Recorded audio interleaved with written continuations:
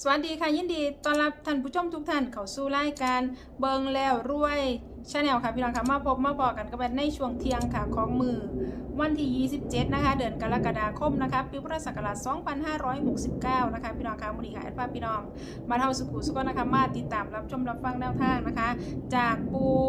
ปราสาหวยค้าแข่งค่ะพี่น้องค่ะมื้อนี้นะคะแนวทางของปูวัดกูแก้วนะคะขามโค้งค่ะสิเดมาเป็นตัวใดพี่น้องมาติดตามรับชมรับฟังคลิปนี้พร้อมๆกันค่ะกราบนมัสการนะคะพวกค่ะขอเจริญพรญาติโยมสาธุชนคนใจบุญทุกคู่ทุกคนเด้อหลวงปู่ปราสาทเดินทางทัตตีซีไปวัดกู้แก้วหลวงปู่วัดกู้แก้วเพิ่นอยู่จังหวัดกำแพงเพชรอำเภอเมืองไปเฮ็ดหวยลาวพัฒนาเด้อได้มาเรียบร้อยแล้วหลวงปู่กลับมาฮอดวันปราสาทเดี๋ยวนี้ค่ะอีกจักหน้อยรวบรวมโยมได้ก็สิเดินทางไปจังหวัดศรีสะเกษไปรอดสวิลาหลวงปู่สวงมื้อนี้แต่ว่า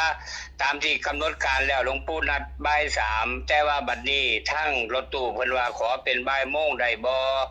แต่ว่าบ่ได้นัดโยมไว้เพราะว่าไปทันตี4พุ่นน่ะบัดนี้จังได้เช้าหากันแล้วเนาะ ค่ะ ไปรอดสวิลาหลวงปู่สวงไอ้ที่คนที่ไปแล้วบ่หลวงปู่บ่ให้ไปหลวงปู่เอาคนใหม่ไปฟรีมาฟรีบ่ได้เสียเงินดอกหลวงปู่ออกเองหมด10,000 บาทสำหรับค่ารถค่าน้ำมันเพราะว่าอาศัยว่าญาติโยมเป็นผู้โอนมาให้ซอยค่าน้ำมันจังแม่โยมแม่อยู่สายไหมโอนมาแล้ว 1,000 บาทแล้วก็โยม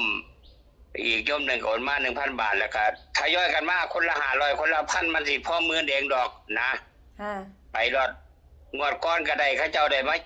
714บัดนี้บ่บอกหลวงปู่เด้เขาเจ้าซื้อเอาถือ71กับ14เขาเจ้าถือเรียบร้อยแล้วเขาเจ้าก็มาเว้าสู่ฟังทีหลังบัดนี้ก็เลยว่าคนใดไปแล้วบ่ให้ไปซุ่มเคยได้โชคแต่ว่าบารมีของเพิ่นก็ดีแต่ว่าเดินทางมื้อนี้บ่ายโมงตรงเด้อโยมเด้อผู้ใดสิเมตตากรุณามุทิตากับผู้ใดสิเมตตาซอยค่าน้ำมันตอนนี้มีแล้ว 3-4 พันนาคารถ30,000 บาทบ่ตัวดอกนาสำหรับหลวงปู่ก็ไปได้มาเรียบร้อยแล้วหลวงปู่ผู้ใดอยากบริจาคหรือผู้ใดอยากซอยเด้อปัจจัยกลับมาสิเอาโชคลาภมาฝากก็คือ0814445286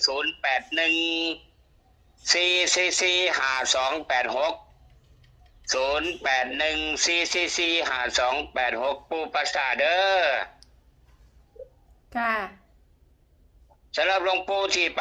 จังหวัดกำแพงเพชรนำปู่วัดกูแก้วมาก็ได้เลขมาคือเลขล่างพัฒนาขึ้นนี่ได้223โยม223ครับพ่อมันสิออกบ่ออกอีกเรื่องนึงเด้อเพราะว่าหลวงปู่ไป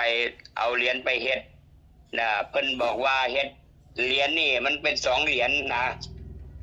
เป็น2เหรียญหลวงปู่เอาไปก็คือเหรียญล่อหาระกัดเนี่ยเก่าแก่มากเลยทีเดียวค่ะเพิ่นได้223ก็เท่านั้นล่ะพี่ล่าเบิ่งเด้อวันที่27นี่หรือว่าแรงนี่ล่ะลาวพัฒนาตัวใดก็ครับพ่อส่วนเลข223 223ค่ะเอาขนาดก็ได้ยิน522หรือว่า523ก็ว่าได้นะเพราะว่าเลข5ก็เลยเพิ่นพลิก2เทื่อเพิ่นพลิกเป็นเลข5เลข2เป็นเลข5นะค่ะ523ก็ได้หรือว่า223ก็ได้เด้อ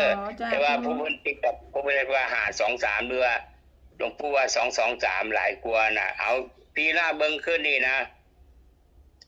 ไปเฮ็ดเพิ่งกลับมาเดี๋ยวนี้มาฮอดวัดเดี๋ยวนี้ยังบ่ได้นั่งเลยก็เลยโทรหาเพราะว่าสิได้เตือนโยมพากันเดินทางไปวัดหลวงปู่สวงส่วนว่าเลขใหญ่1สิงหานี่สิไปเอาพุ่นล่ะเพราะว่าเขาเจ้าได้มาสุกรก็ได้มา714เขาเจ้าถือทั้ง71ถือทั้ง14น่ะนะจ้าเขาจะได้ไปนั่งสวดมนต์กราบเพิ่นแล้วก็ไปรอดสวิลาเพิ่นแล้วก็มาเขาเจ้าได้ตัวใสฮู้บ่เขาเจ้าได้อยู่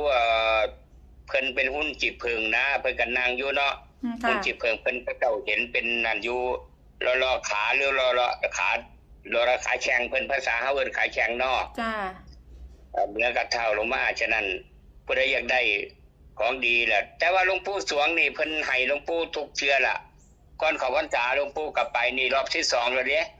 รอบแรกไปแล้วนี่รอบที่2เอาผู้ใหม่ไปผู้เก่าบ่ไปบ่ให้ไปเพราะว่าผู้เก่าได้มาแล้ว ได้มาแล้วถือหวยแล้วกับผู้ไม่ไปวันนี้นะ ค่ะ ฉะนั้นก็ขอให้ญาติโยมผู้ใดได้ซอยนำใจก็โทรมาติดต่อหลวงปู่เด้อตามเบอร์นั่นล่ะเอาซอยกันไปแต่ว่าสำหรับเลขล่ามื้อนี้หลวงปู่ไปกำแพงเพชรมาจากปูวัดกูแจ้วเพิ่นก็เฮ็ดได้523หรือ223นั่นนะ จ้า แรงจอกบ่ก็ยังบ่ฮู้แต่ว่ากับพี่หน้าเบิ่งเด้อโยมเด้อก่อนที่จบนี่ก็ขออำนวยพรให้ญาติโยมทุกคนอยู่ดีมีแรง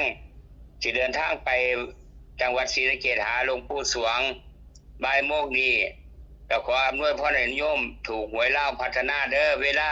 ฟังในรถล่ะเดินทางไปศรีสะเกษคงสิฟังในรถช่วงจากอุทัยธานี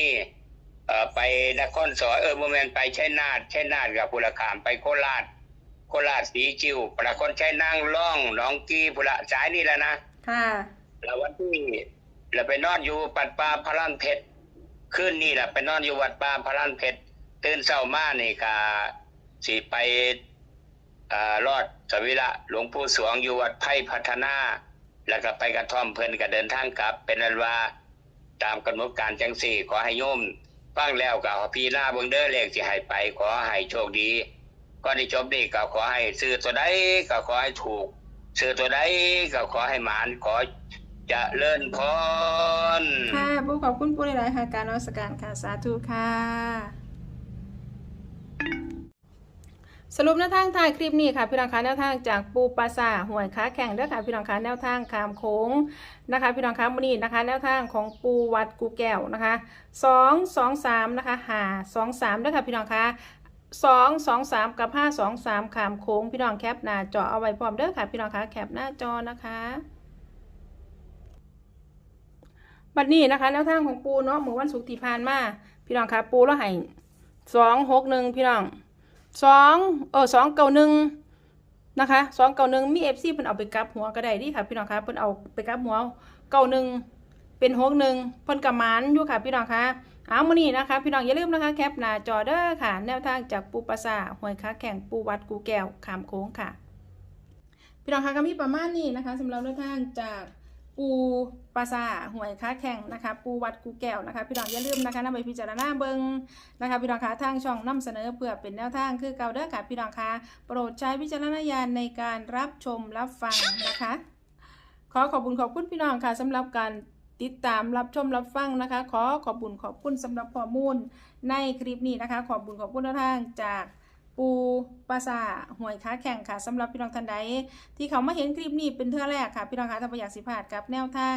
เด็ดๆแบบนี้นะคะพี่น้องคะเขามาแล้วก็อย่าลืมเด้อค่ะพี่น้องคะฝากกดติดตามนะคะกดไลค์กดแชร์นะคะกดกระดิ่งแจ้งเตือนทั้งหมดนะคะเพื่อที่จะได้บ่พลาดทุกคลิปทุกข่าวสารแนวทางจากทางรายการเนาะค่ะพี่น้องคะสำหรับคลิปนี้ค่ะพี่น้องคะแนวทางจากปูปลาซาหวยค้าแข่งค่ะปูวัดกูแก้วทั้งเบอร์ทั้งมวลนะคะมื้อนี้ก็มีเพียงซ้ำนี้เด้อค่ะพี่น้องก็สิได้ขอตัวลาพี่น้องบรรเทาสุขสุขไปก่อนนะคะเอาไว้พอกันใหม่ก็ไปในคลิปหน้านะคะพี่น้องคะสำหรับคลิปเนี้ย